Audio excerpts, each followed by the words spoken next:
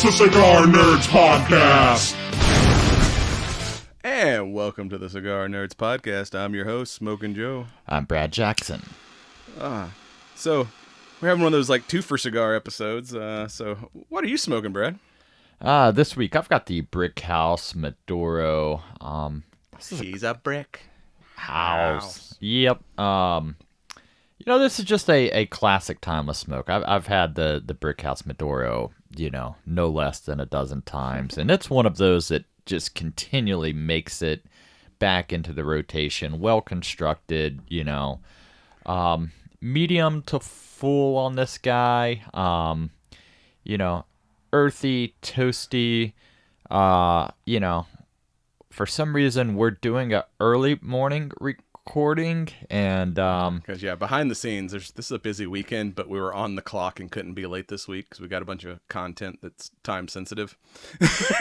So this is like the only window of opportunity is too fucking early after a late night last night. But I mean, even starting off with a cigar right off the rip, I mean, dude, there's been days that I've started, with like the Diablos and stuff, and by afternoon, you definitely got your old man raspy voice going and stuff. So this is a great one to get the taste buds excited, get some nicotine in your system, and get your day started caffeinated. Oh yeah, and it's full of nicotine. It's kind of funny. I would, recording this day after, shout out to the cigar shop on their 20th anniversary. But I met Eric Newman. That's a JC Newman cigar. So I went to get my picture taken with him, and I'm on my third cigar of the day. But at this point, I'm smoking a Punch Signature Series, and I'm like, so I went to get my photo with Eric Newman. I'm like, hey, Mr. Newman, I want to apologize though. I'm not smoking one of your cigars currently, but I did just smoke a Brickhouse. So I have smoked one of your cigars today. So can I still get a picture? And he's like, yeah, I'm not gonna hold that against you. Come on in here. Oh yeah, he wasn't holding it against you right at that moment, but he's definitely judging you right now. I was like, I promise, I just smoked a Brickhouse before this, so I'm good. Well, today I'm smoking a fancy smoke. This is the new CAO Acana series, the third of that series. This is the Thunder Smoke, and you're kind of legally required to say it that way. It comes from.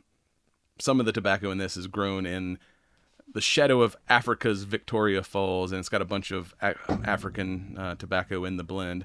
But the local tribal name for that waterfall is the Smoke That Thunders. That sounds badass.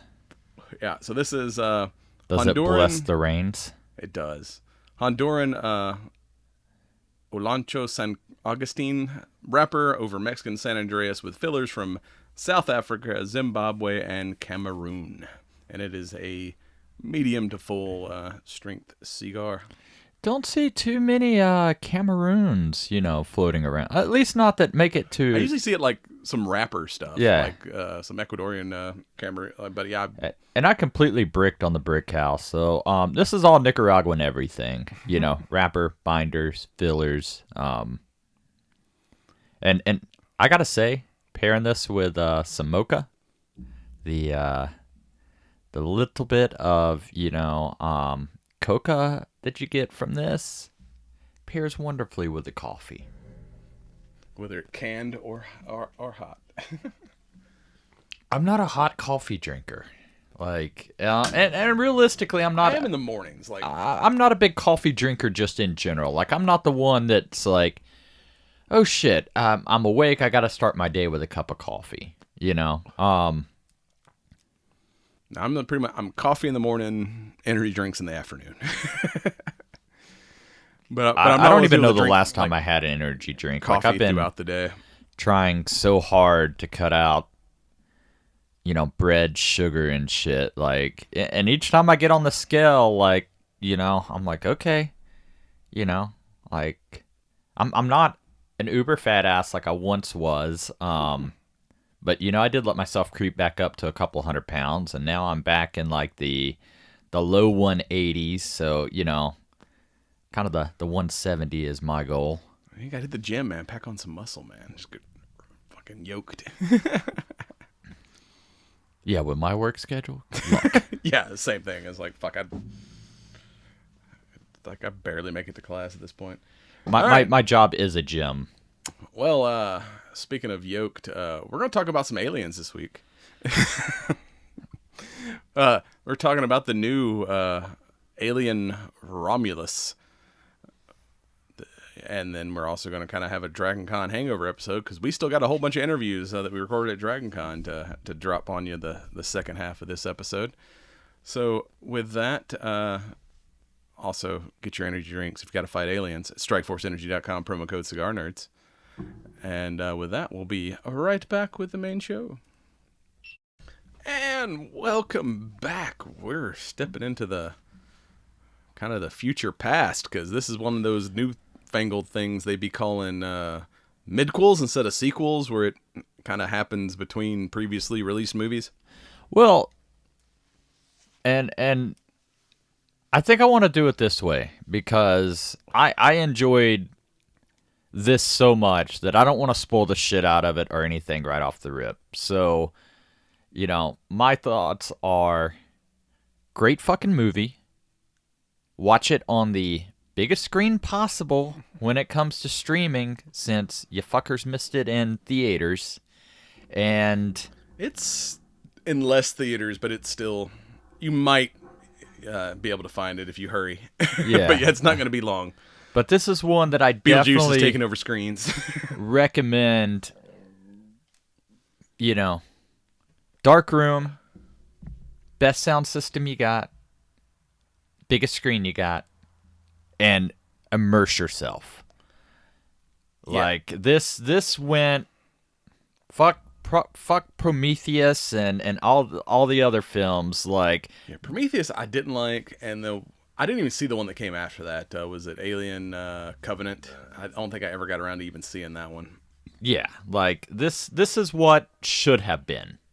But with that said, we're gonna spoil the shit out of it.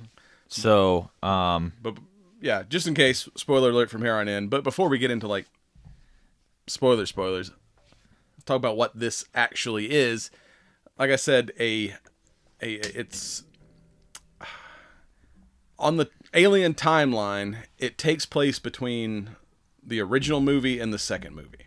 So it's like, like Prometheus and all that, I think was like prequels before the main movies. And then we've had like, four Aliens, Alien 3, and then that weird fourth one with Ron Perlman where she was a clone. Was that Alien Resurrection? yeah, I think that was Resurrection. Yeah, and then this one takes place between the first and the second movies. And but other than that, like, if you're kind of new to the Alien franchise, it's almost a standalone, like, with the exception of some of the droid. Well, there's some other references nods. to the original movie, but you could probably go into this without knowing anything. But it just being a good ass horror Alien is such a great movie that if you're new to this franchise and you're like, I don't understand people's obsession with the xenomorph or whatever, like, then absolutely watch Aliens, then watch, Romulus, then jump to Aliens 2, and you can kind of forget about the rest. Yeah. But was it? Yeah, so this one starts with, like I said, kind of the only really, because we don't have Ripley. We've got a whole new cast of characters, but how they tie it into the original movie, it starts with kind of a probe going to, because if you remember the first movie, to try to kill the alien, Ripley blows up their ship and flees in a escape pod. So you see someone coming to the wreckage of that original ship from the first movie, the Nostromo, and they find basically the alien kind of cocooned and floating in space, and try to study it, which of course always goes wrong when fuckers start trying to study the aliens, because hey, you got acid blood, all you gotta do is nick yourself and I'm gonna escape out of whatever fucking hole you put me in. So yeah, that's kind of how they connect the two movies. Is of course Waylon,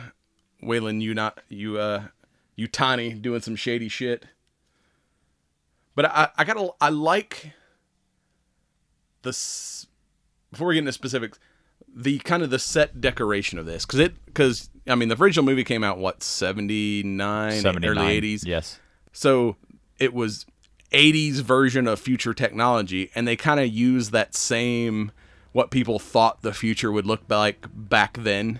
It wasn't all clean Elon Musk fucking touchscreen shit. It was still like fucking old ass computer monitors and keyboards and shit. Well, the fact that you had like wireless instruments, was a big thing. Not everything was attached to a cord.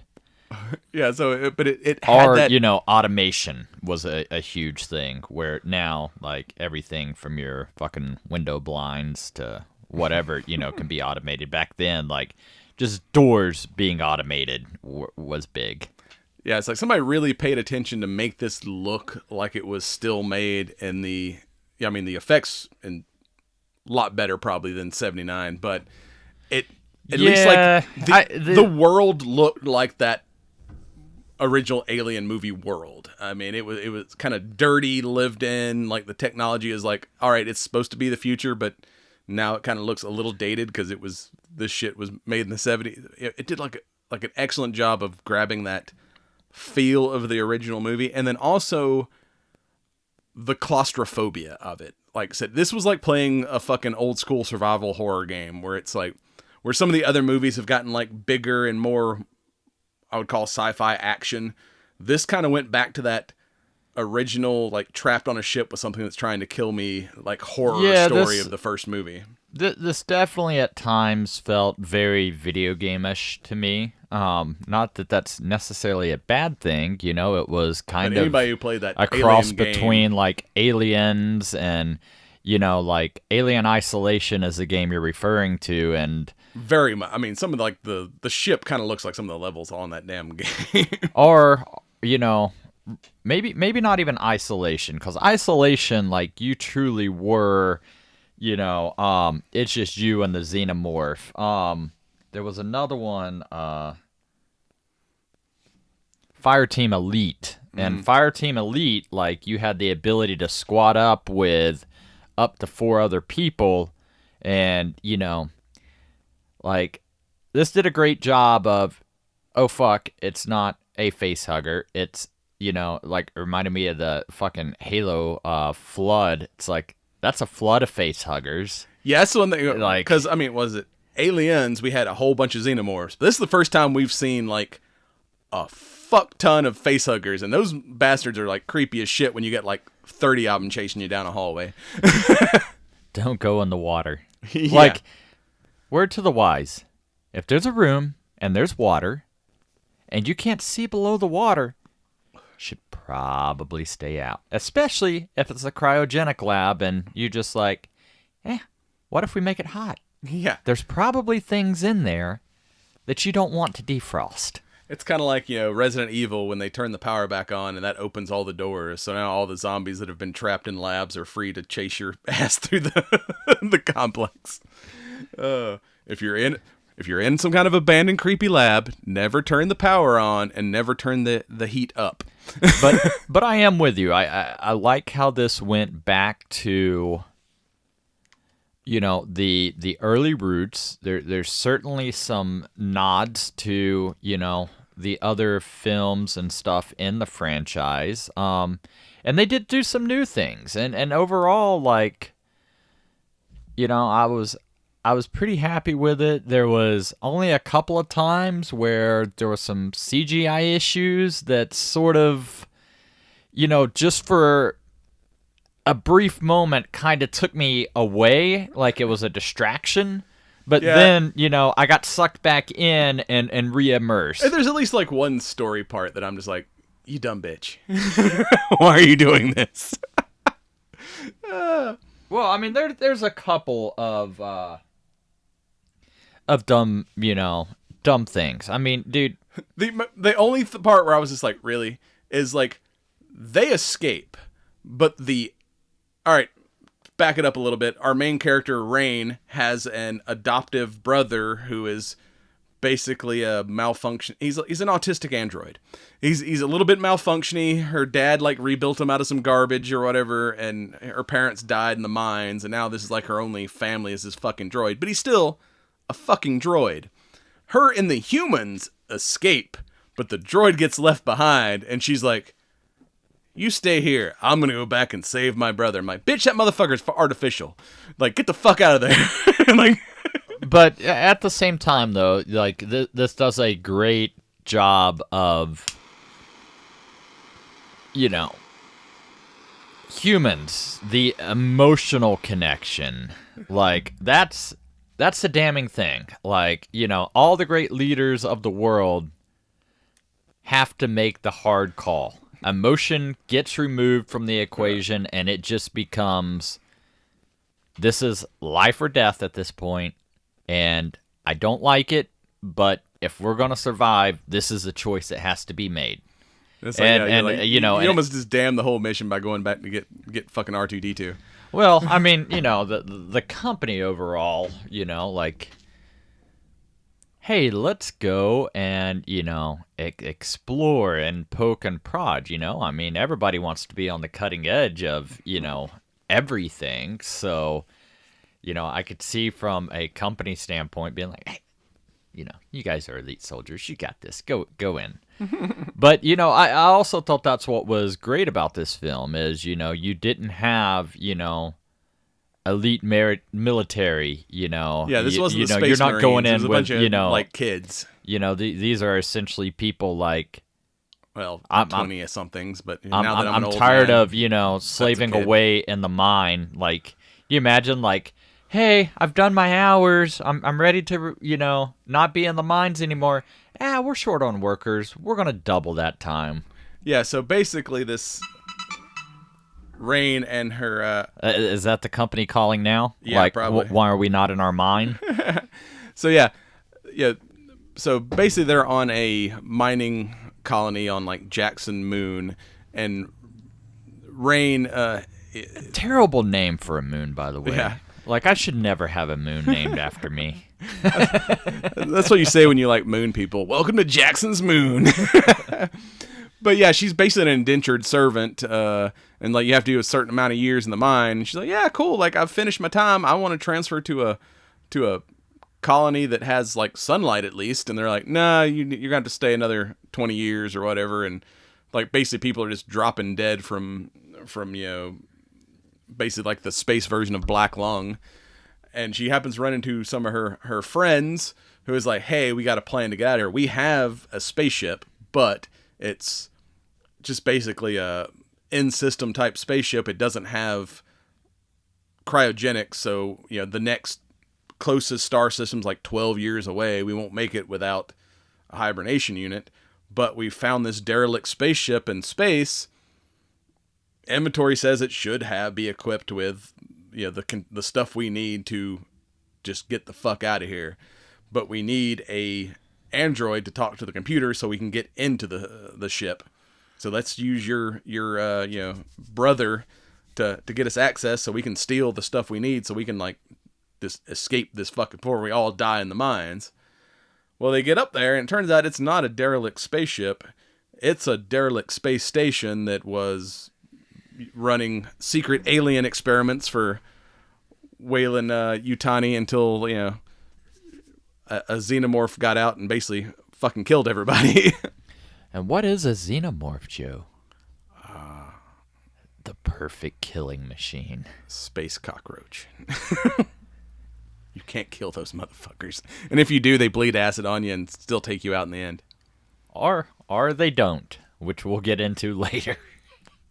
Yeah, so they've basically, looks like they've been cloning facehuggers, and you know, we find out that they've basically trying to come up with they're like, humans are dying. We're not made for deep space exploration. You know what they're doing, right?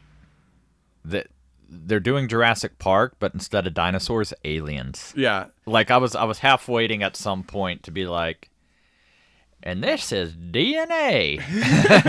The building blocks of life. But apparently not just growing aliens. They're trying to make a drug that will make people kind of impervious to deep space, because the aliens, they can exist in cold and oxygen-free environments and stuff like that. And they're like, hey, look, we found this drug that makes these rats immortal. We can just squish them and then go back together. But then, like, you find out later that, oh, everyone died before we could see the end of the experiment, where eventually those rats turn into fucking monsters themselves. So your drug is not as a miracle drug as you thought it would. Needs a couple more iterations. You don't want the Gen 1 drug. You gotta wait till it makes it farther through trials. I mean, dude, I see so many of the, different medication, and I'm sure you do too. And it's like, side effects may include blah, blah, blah, and the side effects are worse than the ailment that they're trying to, Yeah. May cure your anxiety. Will cause diarrhea, death, butt flu. It's like, great, I don't have anxiety just from life, but I have this, anxious feeling that I'm constantly going to shit myself. Oh. People don't scare me. My butthole does. Yeah, so and the name Romulus comes from the name of this space station, which the space station's divided into two kind of hemispheres. One is Romulus and one is Remus. Reference to an old Roman legend of the brothers Romulus and Remus. Not to be confused with Uncle Remus from that old movie that's probably banned now.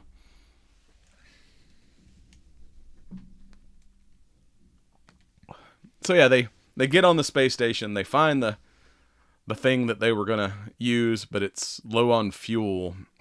Like, oh, these containers only hold like 3 years worth of cryo, and we need to sleep for 12. So, oh, there's a cryo lab. Let's go. They probably got extra cryo fuel. We need to go get some more canisters. But unfortunately, when they get to said lab and start pulling the containers out, that defrosts all the facehuggers they've had on ice. And fuckery ensues. Yeah. Yeah. But then we also, when they get to the homeboy, as they're exploring, they find one of the what the fuck was that guy's name from the first movie that played the droid? It Rook? Yes, Rook. So they find a damaged Rook droid.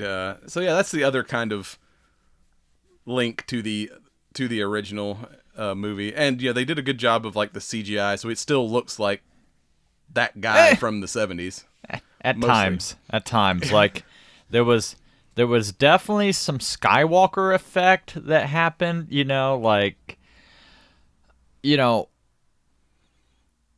I think it would have worked a lot better, because this movie had a relatively large budget.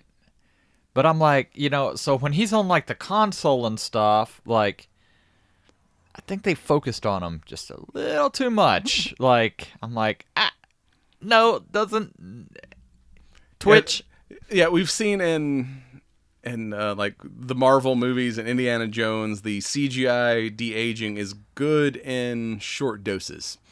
When you do the CGI de-aging for an entire movie, yeah, after a while you start seeing the cracks in the it would have been good in short doses, because he actually got a lot more screen time than what I would have expected. And that's where I was able to find holes. I was just like, whoa, all right, hold on. And then something else would pop off and I would be back in immersive mode. So yeah, once they get into that lab, they accidentally set off some kind of security thing and they get locked in, and they find out like Andy doesn't have the security clearance to get them out. So like, hey, there's this damaged Rook unit. We'll go take his membrane chip, and that'll probably upgrade Andy. But in doing so, they end up waking up homeboy, and he kind of tells him, yeah, we fucked up. We got this alien and started doing all these experiments, and it got out, and we managed to kill him, but his acid blood ate through the fucking system and like sucked all the oxygen out and killed everybody before I could seal the station back up. And also took my legs. I'm Lieutenant Dan Rook now. But yeah, when they put his chip in the malfunctioning Andy, it kind of updates his system and he turns normal for a while, but of course then he also, quickly becomes a company man. Yeah, it reboots him back to like factory settings where now I have a cool English accent, but I'm also don't care whether you live or die because now the prime directive is I complete the mission. Andy is now an asshole. But to his point, like, but he's like, I can protect you as long as it doesn't interfere with my prime directive. So he doesn't immediately fuck them over, but he comes close a couple times. I don't think the human emotion is what fucks you over. Like, you're out there. Yeah, he with gets very friends. calculating with it's like, yeah. Like if you've got less than a 2% probability of a survival situation, and if it's yourself or someone like, yeah, because like you got to put that emotion aside and be like, if we both die, it's in vain. If one of us dies, then the podcast can go on. Yeah, because like they almost get back to the ship, but the alien has emerged. Because one of them got face huggered, and killed some people on the ship. This is like probably the most calculating alien we've seen so far because he's like, they're like, you got to get in there, we got to save her, and he's like, no, she has like a very small chance of surviving, and the alien is basically using her as bait. If we open this door, he gets out and kills all of us. So yeah, she's just fucked. But so him being an asshole kind of saved their life, at least for a little while. Like, if you've got something that can be that calculated, like, wouldn't you want to know and be like, well, fuck, dude, like this is how it has to play out. But I do like how they made, the alien, so calculated and, really setting up traps and, like it truly became like a game of chess. Yeah, it was like, almost like, oh, you guys did this, so now I'm going to pivot and do this other thing. Very much like predator, like cat-like behavior. Yes. It's like, it's like I'm stalking my prey and I'm not going to pounce until the, perfect opportunity. Oh. Because in the past, it's like, oh, xenomorph. It's just going to, like, no, like it just showed how smart and, everything else, like this, These, they're not just dumb beasts that are kind of like just good at killing because we're flesh meat. Yeah, just trying to feed. They're like, stalking their prey. A lot of like hunter behavior in this movie. I think it really like fleshed out. They're not just like a crazy horde. But then again, too, it's like, I like the direction and how it, it just doesn't... Speaking of Jurassic Park, I was waiting for that clever girl. How it just doesn't go into kill mode, where it's like, I need your females to breed and to keep us going, so, like, I'm not just instantly going to kill until, they've got whatever, Yeah, I'm just like, going to trap y'all so the face huggers get it and we can make more aliens. Oh. But, and then I like, speaking of like feeling like a video game, and when eventually they kind of make a deal with, they get kind of trapped and they finally make a deal with Rook where he's like, hey, if y'all complete my mission, I will, pilot your ship out of here. Y'all are good to go. But my mission is to get this drug back to the colony for further study. Y'all complete that, I will do my best to keep y'all alive and get y'all out of here. And so they're like, he's like, do y'all know how to use weapons? And one guy had been a soldier at some point before, joining the mining crew or whatnot. And it's like, he's like, yeah, these are auto aim rifles. And it's like, you just kind of pull the trigger halfway and it'll lock on a target. And I'm like, oh yeah, this is like straight up from the fucking video game. like I got the aim assist on and shit. And that was kind of good. Like, all right, now we're gonna get our Space Marine on, but we don't have to have trained Space Marines. These guns are set on easy mode, so we can get the shootout stuff. But he's like, also they bleed acid, and we're awfully close to the surface of the ship, so just threaten them. They're smart enough to like back off, but if you shoot them, they're probably gonna still fuck us. So don't do that. Or do. Yeah. Which became another very video game-esque type thing. Like, there were so many, like, things that I was like, I could absolutely see, this either being a quick time event or, a skill check, especially platformer, because they run into, like, they're like, all right, yeah, this way to the elevator to get us to the ship, and it's like, uh-oh. This is one of the aliens, like, breeding tunnels where he puts all the people in the cocoons for the fucking facehuggers or chest bursters to pop out of them. We probably shouldn't go this way, but then they're like, fuck, it's the only way out. Let's, try to be sneaky. And then... It's all fun and games till you step on a facehugger tail. Yeah, and then, like, the whole horde of them are coming down the hall chasing them, and, like, it's just Andy and her kind of like, well, I guess we're fucked. Because we can't shoot them because the acid will... And they're like, oh, wait a minute. Let's just turn off the gravity. If there's no gravity, the acid won't, fall to the ground and burn through the ship. So they, go full Doom and just start, like, fucking skeet shooting facehuggers everywhere. But now there's, like, acid floating through the whole tunnel. And it's like, uh-oh, the gravity's going to auto kick back on in, like, 10 minutes or whatnot. So we have to, like... fly through the acid tunnel and try not to touch anything. I'm like, oh yeah, this is definitely one of those like skill-based moments in the game to try not to fly through a fucking cloud of acid.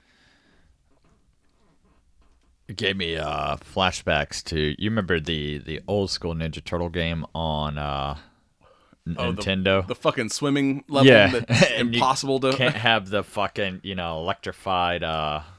Yeah, the whatever the electrotentacle things. Yeah, that was bad. God, it was so rewarding though when you got through that shit. So rewarding. And that was the days where there was no save point. So like if you ran out of lives, you went all the way back to the beginning. You're like, motherfucker. A lot of controllers got thrown in those days. Just never let a turtle die, man. Oh, God, that reminds me. Fucking, there's a new movie on Prime called Jackpot. I think we talked about the trailer for it. John Cena's character is obsessed with the Ninja Turtles. He sings Turtle Power in the movie. He's like jamming out to the old, like, Turtle power. And I'm like, my God, I haven't heard that song in fucking forever. But yeah, he's like all in on, like, Ninja Turtles. I'm going to have to watch that. Yeah, it's on Prime. I watched it the other night. It's actually pretty funny. It's like a comedic version of The Purge. All right. I'm trying to remember, but... It's basically... Dude, we've talked about so many trailers and shit. It's near future LA, where like it's like 2030, but they have a big lottery.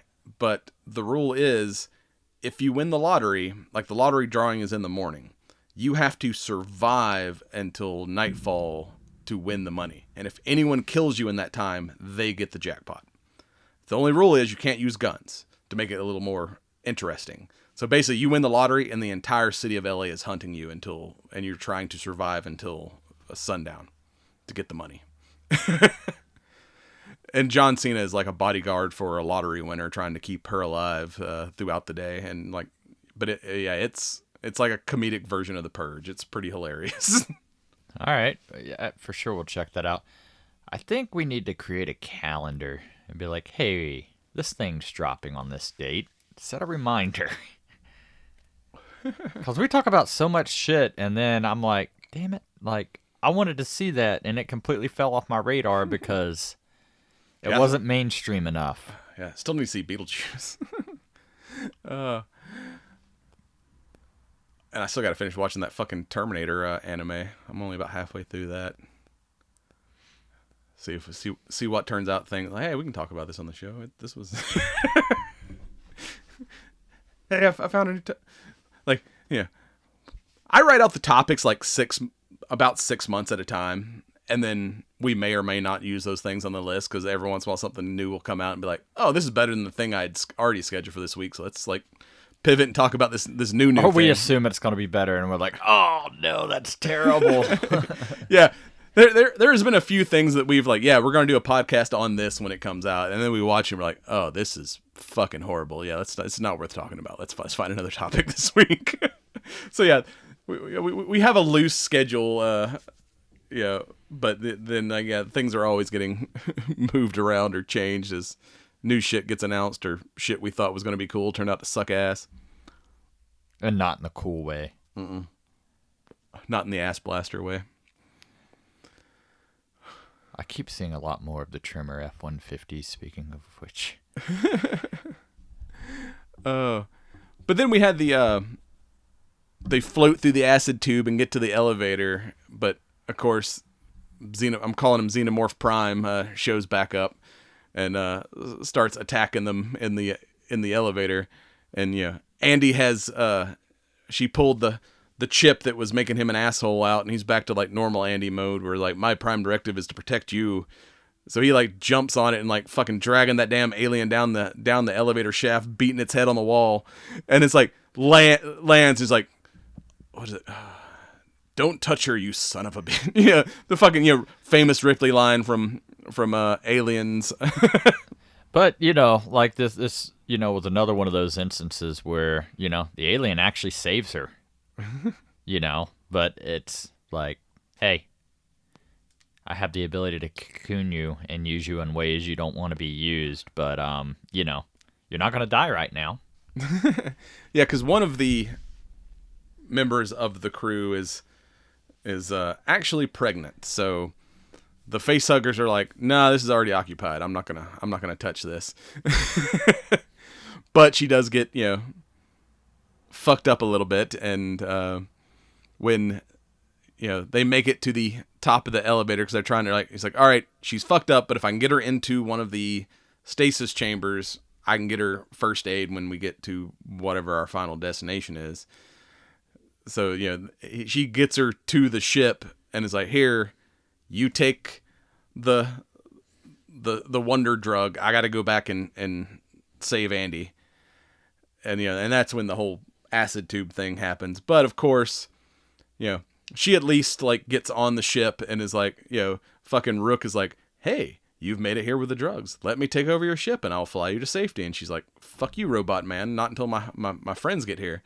And he keeps trying to talk her into it. And she's like, yeah, actually, like, nope, I ain't leaving unless everyone else is leaving. But she does fuck up and like, I'm going to take a dose of this wonder drug to save my life. So I live long enough to save my friends. But yeah, she didn't read that side effects may include. There was laying an egg. Yeah. Like, that's pretty intense too. Yeah. Like, because of course it's not an alien movie unless you think you've escaped and you get that final. Well, that was the scare. thing is, like that was the other thing that I really liked is, the multiple endings of this movie, because that was ending A, and then it's like, but we're not done yet. Yeah. Rain gets back to the ship with Andy. Andy's fucked up, but she's like, all right, well, I'll put you in a... Oh, no, at first she's like, all right, I'm going to go jump in the bed. I'm going to plug you into the charging port here on the computer so you can make sure the ship makes it to wherever we're going. And, I'll see you in 12 years. Peace out. And then all of a sudden, like, homegirl who was pregnant and injured's alarm starts going off on her bed, and she's like, uh-oh, let me open up and check on her. And she's like going into labor, but the side effects of the drug, instead of turning her into a monster, basically turned her baby into a fucking alien human hybrid, and she basically gives birth to a fucking egg.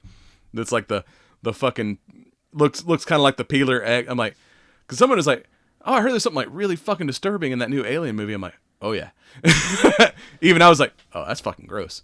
It's like, I've never seen it. We've seen plenty of chest bursters, but we've never seen an alien get birthed. And that was like, oh, that's fucked up. Especially when the egg peels open and it looks kind of like a human baby.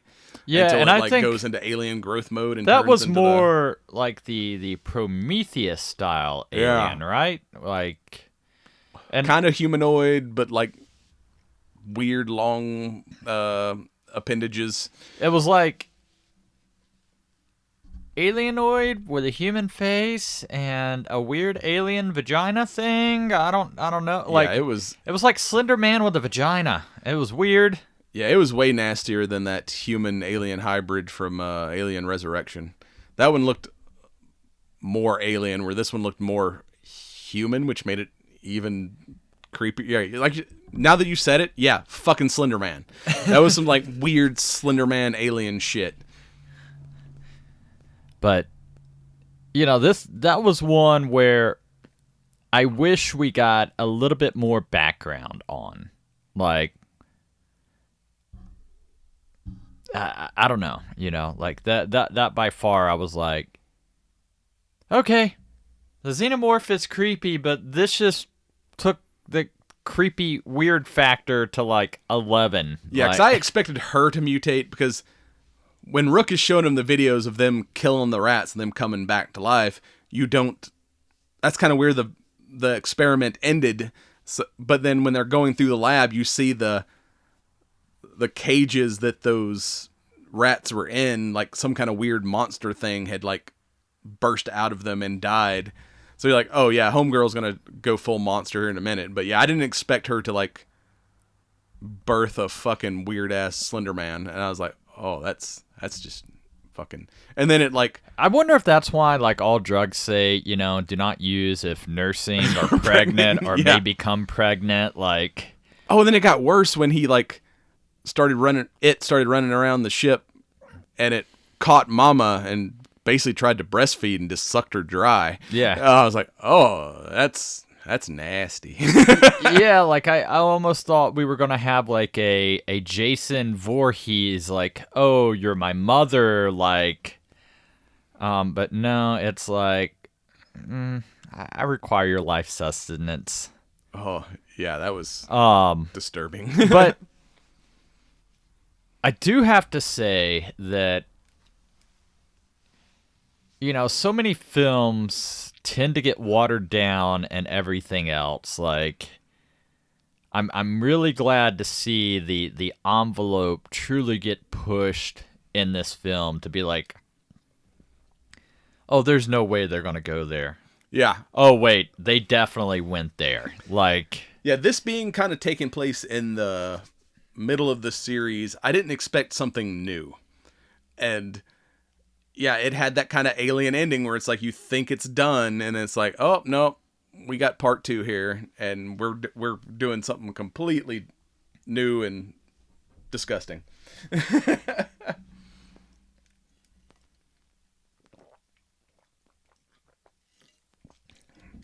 And then it fucks up Andy. Andy tries to fight it, and she kind of pulls because we are on a mining ship that's carrying like a cargo container. I'm going to lure the thing into the cargo container, and then I'm just going to eject the cargo. That was container. such another video game level where it was like, I've got to open this, but there's 4 levers that have to be pulled simultaneously. Yeah, from inside the container. There's not like a remote switch to drop that shit.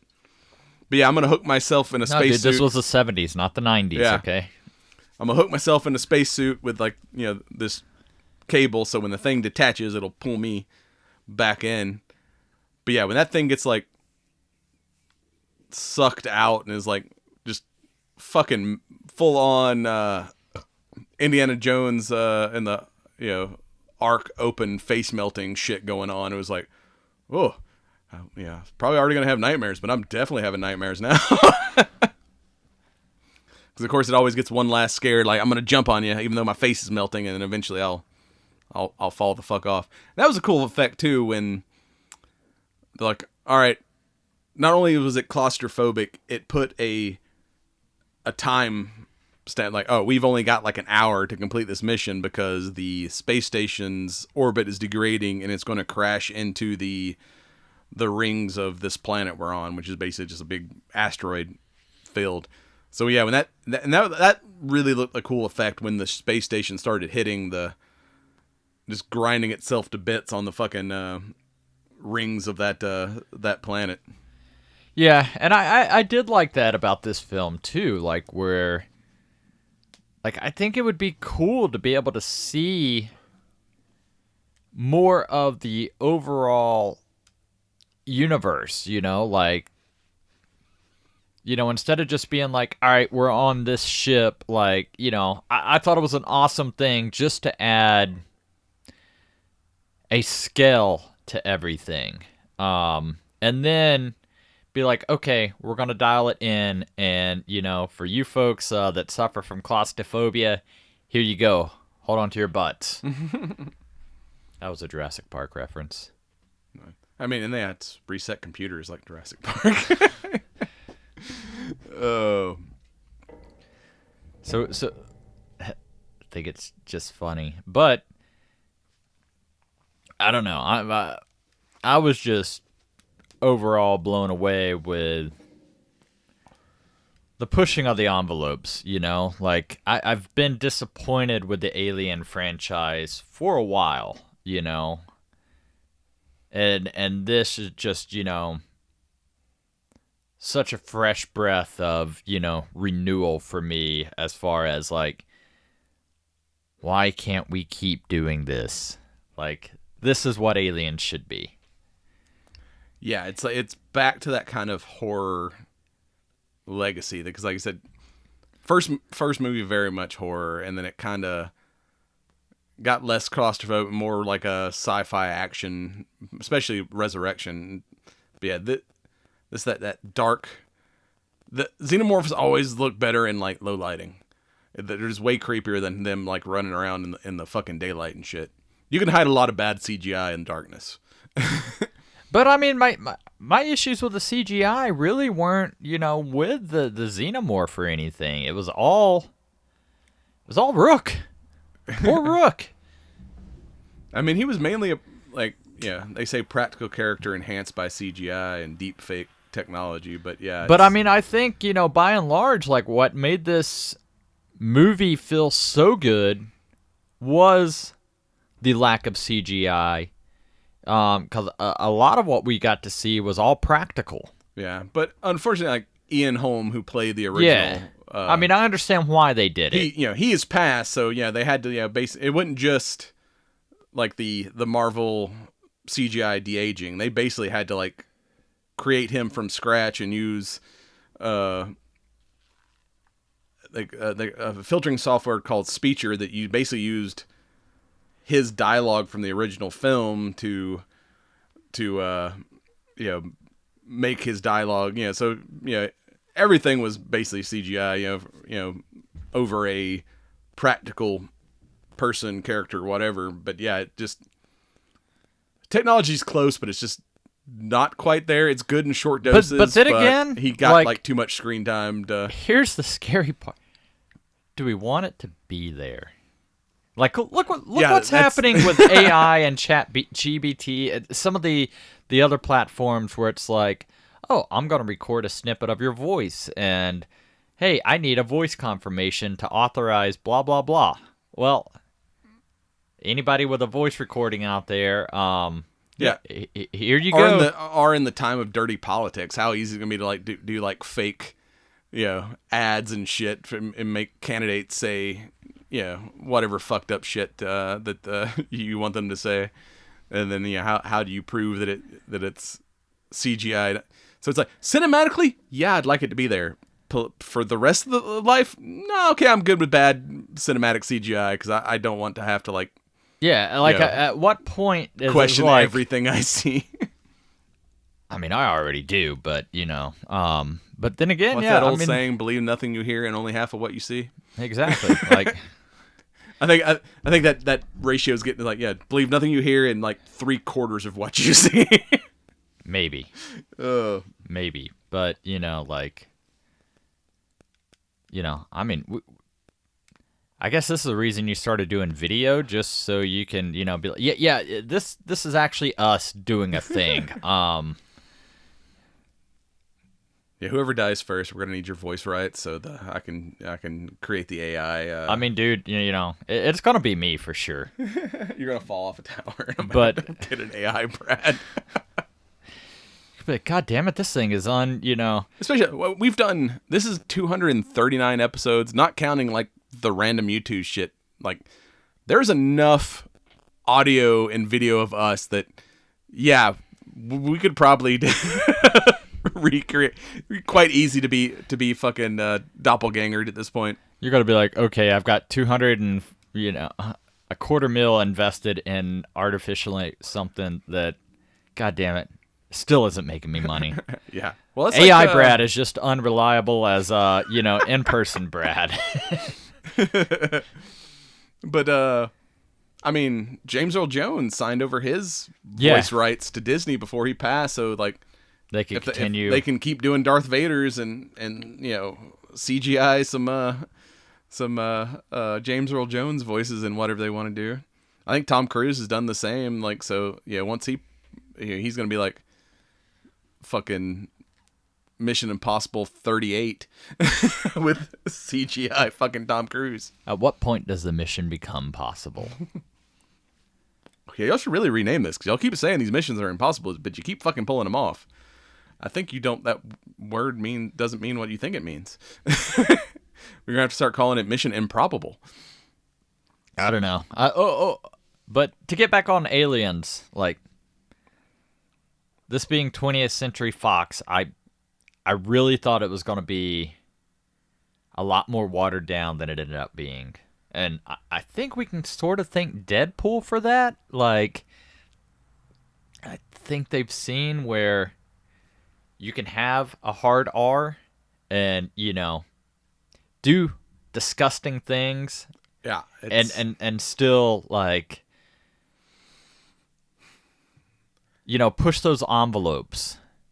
As far as like action and horror goes, I think we're back there. I think we're still, for some reason, comedy. I have not really. Comedy is a whole different animal, But as far as horror and action stuff, yeah, they're going back to the hard R. But I miss the good hard R comedies too. Which, well, I mean, we're getting close. I mean, hell, Deadpool, like, that's a great example of a fucking R-rated comedy at this point. But yeah, it's like, I think we're getting there. It's like the pendulum is always swinging back and forth, and I think we're starting to swing back in the more normal. I don't think so. Way. No, I think back to, and I'm sure there is still great, stand-up comedy and stuff happening. Yeah, stand-up comedy I think is back, but as far as cinematic comedy, yeah, they're still playing it a little safe. But then again, I'm hopeful. Yeah, it's all subjective. But I feel like, if somebody is doing a bit and you can't remove, like, I don't know, I love Metalocalypse. Anybody that's, ever seen the show or know me knows why. But, I love, they're talking about how to be good comedians and stuff. And it's like, well, to be a comedian, you must first, hate yourself, and then second, hate your audience. But I always love that bit. Oh, which goes to food libraries, Tokis. I got to do that later. Oh, but yeah. But overall, like, great fucking film. Great, Yeah, with Fox getting acquired by Disney, it's like, and that was my concern was, But nah, they were like, nah, we're. But does that make Ripley a Disney princess now? Dude, Ripley's always been a Disney princess. But that was the reason I brought up the Deadpool thing. Is I think if Deadpool, because that's Disney doesn't really, up until that point, wasn't really pushing those envelopes of. Yeah. They're like, we are at our heart a children's company. But then, like, Deadpool came out and, like, one of the first, like, highest grossing R-rated comic book movie. And then, once they got acquired by Disney, they're like, oh, no, they're going to fuck this up. And Disney's like, nah, we like family-friendly stuff, but we also like money. And this shit made a fuck ton of money. So like, they're like, y'all do whatever you want, just could you cut back on the cocaine? That's where we're going to draw the line. Like, sweet. We're just going to make fun of you for not letting us talk about cocaine. But, I don't know. Obviously, theatrically, this film, made shitloads of money. I don't really know where it stacks with everywhere else. Yeah, like, budget for this movie was $80 million. So far, it's made $332 million. So, I would say that's fairly successful for an Aliens movie. But we didn't even talk about the other cast. We talked about Rain and Andy. We also have played by Kaylee Spaney and David Johnson. But we also have Tyler, which is Rain's ex-boyfriend, Archie Renault, and Kay, which was the lady who gave birth to the alien, played by Isabel Mercade, and Bjorn, Tyler's brother, who's kind of a dick, and you're like, all right, yeah, that guy finally fucking died. Like, with the exception of Rain and Kay, like, the rest of the group, you're like, and then Navarro, pilot, who was she was the first one to get face hugged. Kind of the downfall, right? Like, that scene when they get her back to the ship, because she's the first one to get face hugged and they don't know what's going on yet, and she's like, oh, I'm having pains, let me grab this x-ray machine, and like puts it like behind her back, and you can see the fucking chest burster like roaming around her chest cavity before it actually like bursts out. Yeah, that like fucking x-ray of her before she like explodes was like, I was like, oh, that's a cool new effect. I haven't seen that. That looks badass. Well, I also like how they did the the bursting effect on this, because it was truly like, no, we're gonna rip, we're gonna tear. It wasn't just gonna be disgusting. Yeah. Everyone around is gonna get like some splatter. That.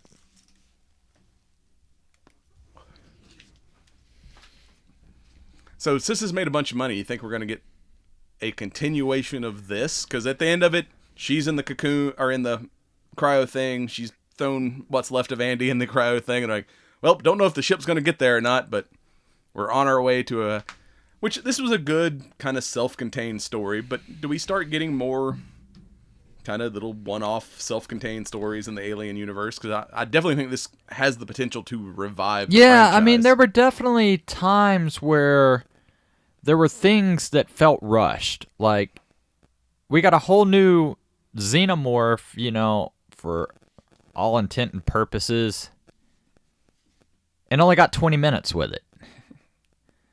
Like, I don't know, It was kind of a slow burn at times, but that really added to that creepy claustrophobic feel. The one where they're like, hey, we've got to make it through this hallway full of fucking facehuggers, and you can't make a sound because they're basically blind. Well, and I do like the fact, too, like, speaking of that, like, where they are like, oh, maybe they sense the body temperature. Oh, there's a stealth mission in this game. Yeah. Fuck.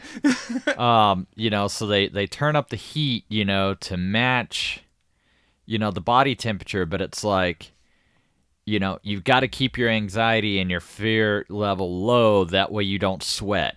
Like, I thought that was, and pretty no fucking sound. brilliant. And then Homegirl starts calling them on the radio, and they're like, oh, fuck, we should have muted our phones. And it's like, and then Andy's just like, Yeah, run. Oh, what is that from? Like,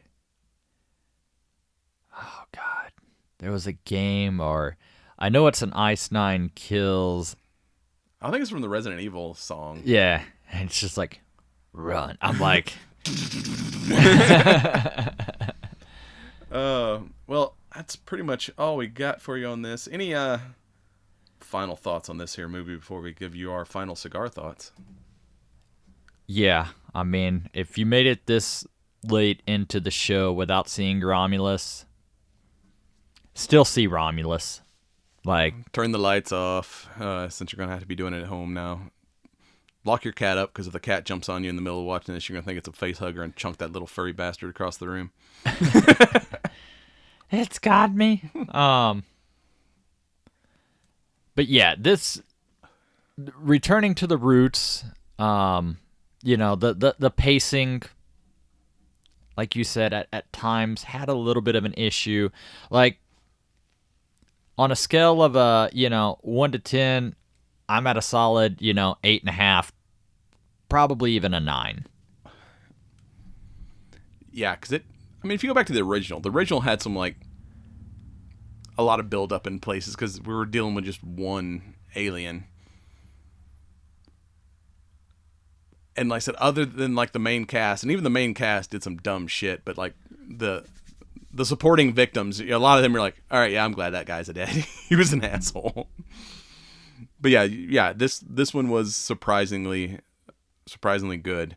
And the cigar also surprisingly good. It's got kind of a medium. I wouldn't call it like full, but it's got a lot of flavor. Kind of a little bit of cocoa, hazelnut, some kind of like dark, like raisiny sweetness, but not like super sweetness. This would probably go good with some coffee, maybe a stout, some aged rum. If you want to go full pirate. And then of course it's called Thunder Smoke. How can you not like smoke something called Thunder Smoke? Because it just sounds badass. Thunder smoked. And it makes you miss the rains down in Africa. What do you think of your Brickhouse there? Dude, just a fucking timeless classic, Pairs great with the fucking, mocha and the coffee, because you get, a little bit of spice, some earthiness, a little bit of, of a hint of a chocolate type flavor. Like, dude, I'm always a fan of Nicaraguan cigars. Yeah. And both of these are flavorful enough, but they're in that medium range where it's going to be a day like I had yesterday where I'm smoking multiple cigars in a day. This one's not going to kill me. I could fire up another cigar after this. So it's a good like early day cigar. You and I both are powerhouse smokers. Like somebody, I could see them being like, this is a little bit more on the fuller side of things, but for me, yeah, this is a nice coffee morning cigar. Yeah. If I started off with a fucking Diablo, I'm gonna be like, yeah, I'm burned out. I'm gonna have to like rest a little bit before I smoke something else. But this one, I'm like, yeah, I could have my coffee, have a cigar, and then continue on with my day. But that's all we got for you. We'll be right back with our Dragon Con interviews, and don't forget to like, comment, and subscribe if you're watching us on YouTube. Peace out. And you've been watching the Cigar Nerds podcast. Check us out on cigarnerdpodcast.com and on the ESO Network, esonetwork.com. And don't forget, smoke them if you got them. Like, comment, and subscribe.